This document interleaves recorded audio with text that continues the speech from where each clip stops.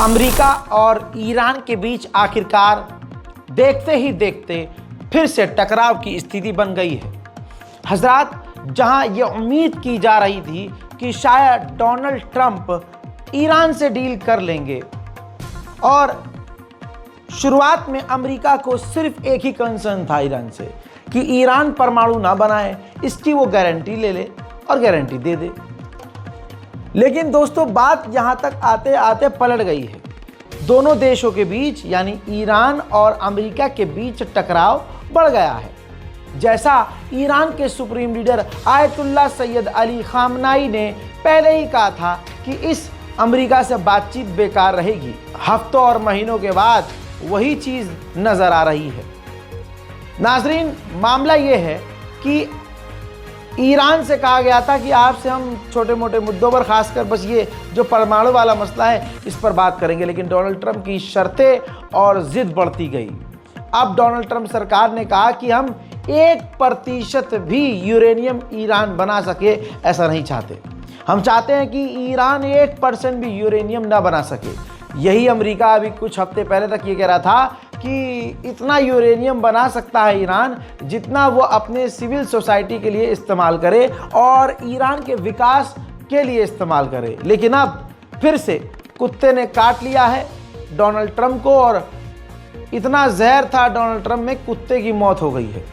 लेकिन अभी भी ट्रंप पूरा जहर फैला रहे हैं और डोनाल्ड ट्रंप की अब ये बात है, उसकी ये जिद है कि नहीं, ईरान जो है 1% भी यूरेनियम ना बना सके। बार बार पलटता है ये डोनाल्ड ट्रंप। इसी वजह से दोनों देशों के बीच टकराव की स्थिति बढ़ चुकी है।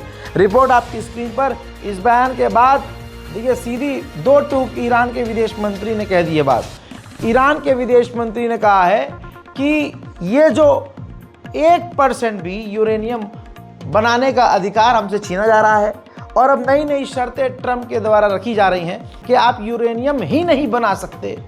इसका मतलब ये है कि ईरान और अमेरिका की डील नहीं हो सकती।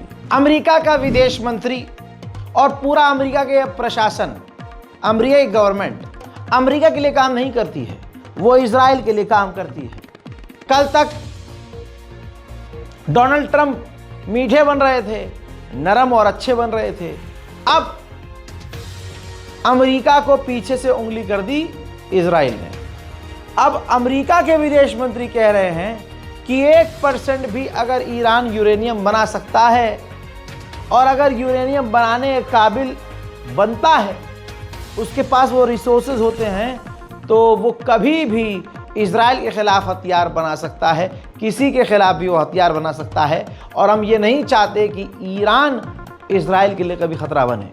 पहले ये बयान सुनिए, फिर आगे बात करते हैं। Well, look, if you're able to enrich at any level, you now are basically able to enrich at weapons grade very quickly. I mean, that's just a fundamental fact, and everyone knows it, and that was the problem with the Obama deal. But the end goal here is simple. Iran can never have a nuclear weapon. And the president's preference, because he doesn't like war, the president's preference is to achieve that through a peaceful negotiation. He's a builder, not a bomber. That's what he views himself as, and that's what he is. He's a president that wants peace, and so he's offered that route. And that's one we hope the Iranians will take. But he's been very clear. Iran is never going to have the capability, they're never going to have a nuclear weapon. It's not going to happen. हजरात मोहतरम, इससे एक बात और clear आ जानी चाहिए समझ में हम सभी को, अगर हमारे पास दिमाग है और अगर हम गू नहीं खाते, कि बाबू डर तो सिर्फ ईरान का है कि अगर ईरान 1% भी यूरेनियम बना रहा है तो अमेरिका कह रहा है कि कभी भी ईरान फिर हथियार बना सकता है। ये खौफ है, ये ईरान का भौकाल है। वहीं दूसरी तरफ डोनाल्ड ट्रंप ने ईरान के खिलाफ जहर उगलते हुए कहा कि जब ईरान के पास अंधाधुंध तेल है ज़्यादा मात्रा में, तो फिर ईरान को न्यूक्लियर की क्या ज़रूरत है। A lot of oil. People don't realize they're one of the biggest in the world, and it's very good oil, meaning it's pure, perfect stuff. They don't have to, spend a fortune on gases and energy in order to melt the rock and everything. They have pure, unadulterated, good oil. And you say, why does somebody that has that kind of oil, other than being politically correct, but when you have unlimited amounts of oil and gas, why are you putting up, why do you need civil nuclear? I just don't see it. But I mean, are you going to call for it all And to I be think nuclear is dismantled? fine. I think nuclear is fine for civil if you have a country with no oil. But if you're sitting on तो अब मैं सवाल करूंगा as a journalist, चलिए as a आम नागरिक, एक ऐसा व्यक्ति जो खबरें देखता है, सवाल फिर ये है कि भाई अमेरिका के पास 94 न्यूक्लियर पावर प्लांट है और हो सकता है उससे ज़्यादा भी है ना, तो नहीं होने चाहिए थे। क्यों? क्योंकि ईरान से 2 गुना ज़्यादा तुम्हारे पास तेल है। तो अगर आप कह रहे हो कि ईरान के पास भारी भरकम मात्रा में तेल है तो ईरान को परमाणु नहीं हासिल करना चाहिए, तो फिर वही चीज़ आपके साथ भी अप्लाई होनी चाहिए ना। आपके पास परमाणु इतने ज़्यादा क्या कर रहे हैं, जबकि आपके पास ईरान से कई गुना ज़्यादा तेल है, लेकिन इस पर जवाब कोई नहीं देगा। उधर अमेरिका ने कंफर्म किया है कि हमने हांगकांग को धमकी दी है कि ईरान से तेल लेना बंद कर दे। 16 साल के एक बच्चे को, इजरायली बच्चे को, 16 साल के बच्चे को इजराइल ने गिरफ्तार किया है। उस पर इल्ज़ाम यह है कि ये 16 साल का यहूदी लड़का इजराइल के पूर्व प्रधानमंत्री नेफ्ताली बेनेट, जो इस वक्त अस्पताल में बीमारी की वजह से भर्ती हैं, उनकी जासूसी कर रहा था और इंफॉर्मेशन इकट्ठा करके ईरान को दे रहा था। ईरान के जो सदर हैं, ईरान के जो राष्ट्रपति हैं, उन्होंने कहा अपनी भरी सभा में आवाम को संबोधित करते हुए कि यह जो डोनाल्ड ट्रंप अच्छा बन रहा है, ये एक तरफ हमसे डील की बात कर रहे हैं, पीस, शांति और अमन की बात कर रहे हैं, और दूसरी तरफ ये हमें धमका रहे हैं, तो हम कैसे इन पर भरोसा करें। साथ ही ईरान के राष्ट्रपति ने कहा कि ये वो अमेरिका है जो गिफ्ट के तौर पर गाजा के लोगों को मार रहे हैं और मरवा रहे हैं। ये दोगलापन नहीं तो क्या है? बयान सुनिए।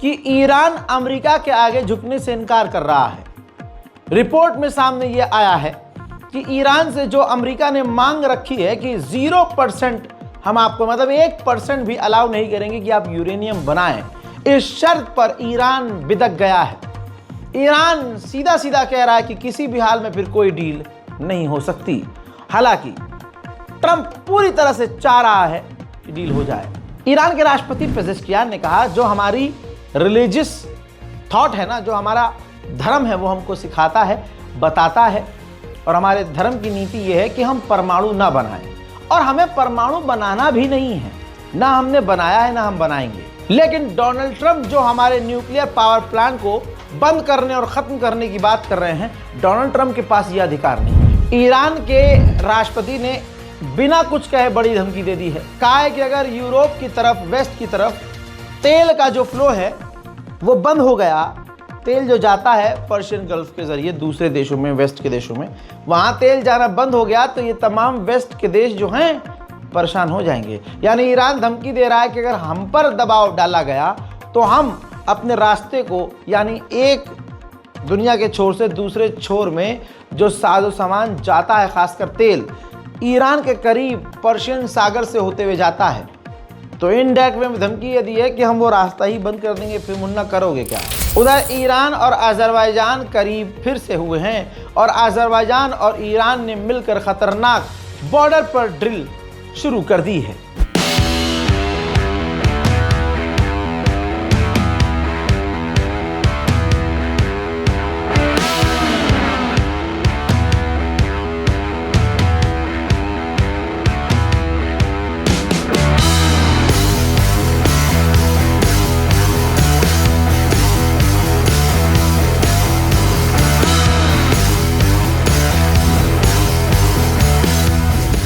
विदेश नीति ईरान की भी पूरी भौकाली पर है। जो चीज़ कभी हम सोच नहीं सकते ईरान वो कर रहा है। लीजिए आपको हिला देने वाली तस्वीर दिखा रहा हूँ। ईरान पहुँचे तालिबान के विदेश मंत्री और ईरान के राष्ट्रपति से सीधा उनकी मुलाकात हो गई। दोनों के चेहरे बता रहे हैं कि दोनों एक दूसरे के साथ कई सारे मुद्दों पर राजी हुए हैं और काफ़ी तरह के टकराव खत्म हुए हैं। भारत पाकिस्तान में बैठे हुए शिया सुन्नी करने वाले जहरीले लोगों के मुंह पर यह जोरदार तमाचा है। अब यहां पर भारत के अंधभक्त ईरान को गरिया नहीं सकते, क्योंकि ईरान से पहले इनके पापा ने तालिबान को आतंकवादी कहना बंद कर दिया और पहली आधिकारिक फोन पर बात भारत के विदेश मंत्री माननीय जयशंकर ने तालिबान के विदेश मंत्री से कर ली है। तो कोई भारत का आड़ भग खड़ा होकर यह ना कहे कि ये ईरान तो गद्दार है, तालिबान के साथ जो है दोस्ती कर रहा है। तो मुन्ना, उससे पहले तुम आगे तोहफा कबूल करवा चुके हो। ईरान के supreme leader ayatollah Syed Ali खामनाई ने एक बार फिर से पूरी दुनिया के सामने इजराइल को धमकाया है और कहा कि इजराइल पूरे इलाके के लिए एक ट्यूमर की तरह है और हर हाल में इसको उखाड़ कर फेंका जाएगा। हतमन तो इन मंतक़े उन नुक़्ते माये फसाद, माये जंग, माये इख्तलाफ